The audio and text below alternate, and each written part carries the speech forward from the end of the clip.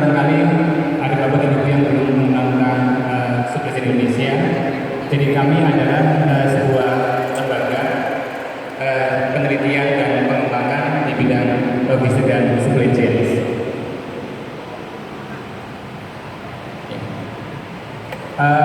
Kami sudah menyiapkan paparan. Ya kira-kira ada 6, mungkin akan kami sampaikan secara ringkas. Ya. Jadi yang pertama terkait dengan biaya logistik di Indonesia, kita melihat bahwa ya ini juga saya ambil dari beberapa sumber. Dan kita tahu bahwa untuk mengangkut kontainer ya dari katakan Tanjung Priok ke Singapura ya itu ternyata lebih murah ya daripada ke Padang. Ini hal yang umum. Bahkan ke Guangzhou China itu juga lebih murah. Dan kalau kita melihat salah satu data yang ada di bawah, ternyata untuk pengiriman ke Hamburg ke Jerman yang 11 kali lebih jauh daripada ke Padang itu ternyata biayanya lebih murah. Jadi saya sering bercanda kepada masa saya, ke Hamburg lebih murah, ke Padang lebih mahal. Jangan-jangan itu yang menyebabkan lebih banyak hamburger Pak daripada ke Ambon. Jauh apa? Ke mall. Kita balapan nyari hamburger dengan nyari ke Ambon. Lebih cepat cari hamburger Pak. Bapak Ibu sekalian, kalau kita melihat angka-angka yang lain juga, kita melihat antar moda itu ternyata secara teori kan laut pasti lebih murah. Ya, tapi ternyata laut lebih murah daripada kereta. Ya, kereta lebih murah daripada jalan raya. Ya, traffic. Tapi ternyata tidak seperti itu. Bahkan kalau kita lihat beberapa data untuk laut pun ternyata ada angka yang tampaknya tidak rasional.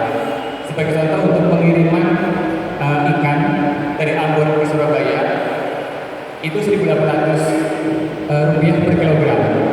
Sementara dari China ke Surabaya itu hanya 700 rupiah Pak. Ya, jangan-jangan ikannya pun ikan dari Indonesia Pak. Dan kemudian kita juga melihat angka yang lain ya, pengiriman daging dari Australia ya itu juga sama Pak, hanya 700 rupiah per kilogram. Tetapi dari NTT itu 4 kali lipat, 3.000 rupiah. Ya, itu angka yang sangat luar biasa. Yang lain, ya kalau kita melihat untuk semen itu juga mungkin sesuatu yang bisa kita koreksi. Ya kalau kita lihat di Jayapura, ya itu harga semen ternyata tidak begitu mahal. Ya, tetapi kalau kita lihat yang heboh itu yang di Wamena ternyata. Jadi kalau kita ada angka sampai 1,2 juta sampai 2 juta ya itu bukan di Jayapura, tetapi itu adalah di Wamena. Nah ini juga yang bisa kita ambil kesimpulan bahwa ternyata pengembangan transportasi antar moda itu, masing-masing moda itu kita dikembangkan secara proporsional. Kita tidak mengembangkan sistem transportasi multimoda. Ya harusnya kita kembangkan seperti itu. Dan kalau kita lihat angka-angka yang lain ini juga menguatkan yang disampaikan oleh Pak Yuki, oleh Pak Kuncoro, oleh Pak Kemal, ya bahwa porsi pengangkutan dengan kereta api itu sangat kecil. Ya, kita bisa melihat untuk komoditas baja, semen, pupuk, dan komoditas lain secara umum itu kondisinya seperti itu. Bisa kita lihat juga modusnya, ya untuk antar wilayah itu juga seperti itu. Peranan kereta api masih kecil. Nah ini juga sebenarnya tadi disampaikan oleh Pak Yuki, oleh Pak Kuncoro beberapa kelebihan kereta barang. Ya, biar saya nggak ada perbedaan. Baik kita melihat kegunaannya dari aspek kapasitas, waktu tempuh, keamanan, efisiensi BBM, polusi. Ya, mungkin satu hal Pak Kuncoro, kalau kita melihat polusi ya, dari kereta api itu ternyata sangat kecil relatif dibandingkan dengan truk. Emisi gas buangnya itu 10 sampai 12,5% dari truk. Jadi kalau kita kaitkan dengan upaya kita untuk meningkatkan daya saing, mestinya ini bisa kita usulkan kepada pemerintah sebagai pertimbangan subsidi Pak. Ya, dan kita green logistik. bikin transportation dan sebagainya. Dan ini kekurangan kereta barang juga rasanya tadi sudah disampaikan terkait dengan aksesibilitas, fleksibilitas, handling, waktu total, biaya total. Dan kalau kita bicara mengenai kepentingan pengguna tentu berbicara dia end to end, ya, tidak port to port, ya, jadi door to door. Dan sehingga kalau kita ingin meningkatkan daya saing kereta api, maka kita harus mengarahkan kereta api pelayanannya itu door to door. Ya tentu berintegrasi, berkolaborasi dengan tracking misalnya. Nah ini kebetulan perbandingan yang kami buat Pak untuk kereta api dan truk untuk pengangkutan barang Jakarta Surabaya.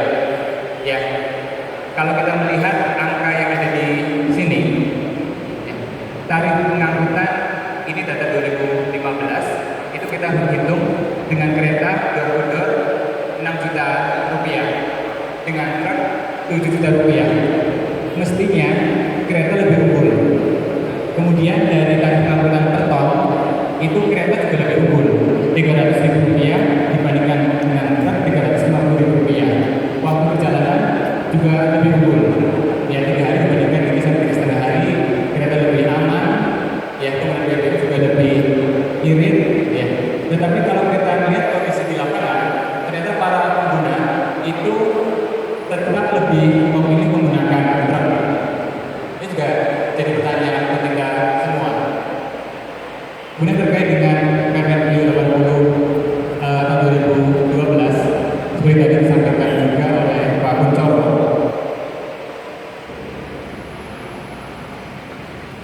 kalau kami melihat bahwa terkait dengan PPN itu tentu kaitannya dengan biaya, dan biaya itu akan membuat lebih efisien, lebih kompetitif, lebih berdaya saing. Tetapi kalau kita melihat yang ada, itu biaya hanya merupakan satu, ya, parameter dari 7 orientasi pengguna kereta barang.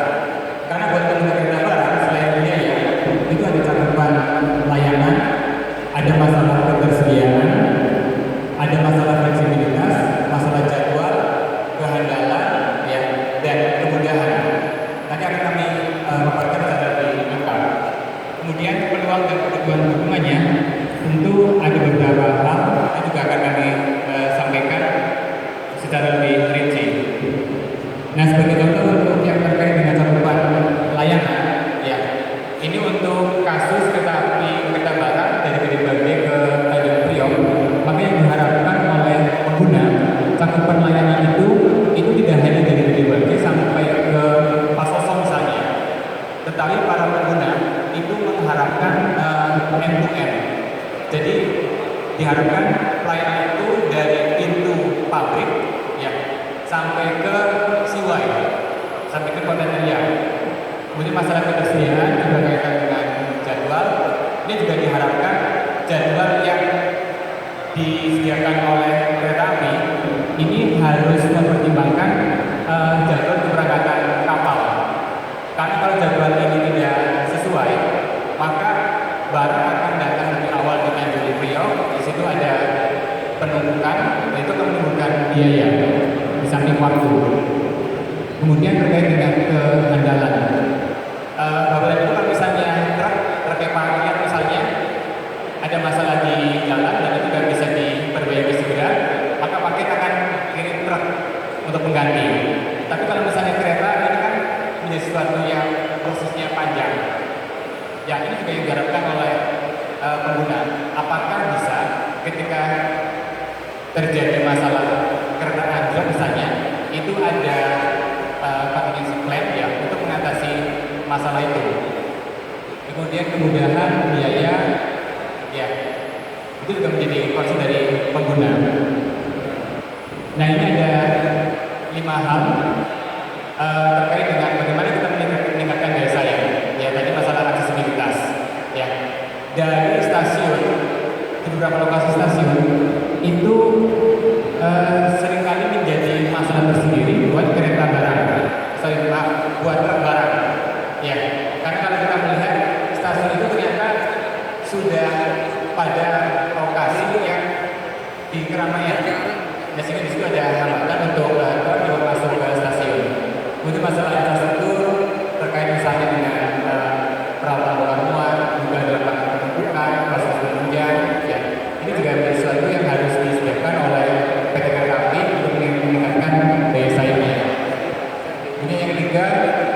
profesionalisme manajemen, ya terkait bagaimana pelayanan kereta api untuk angkutan barang.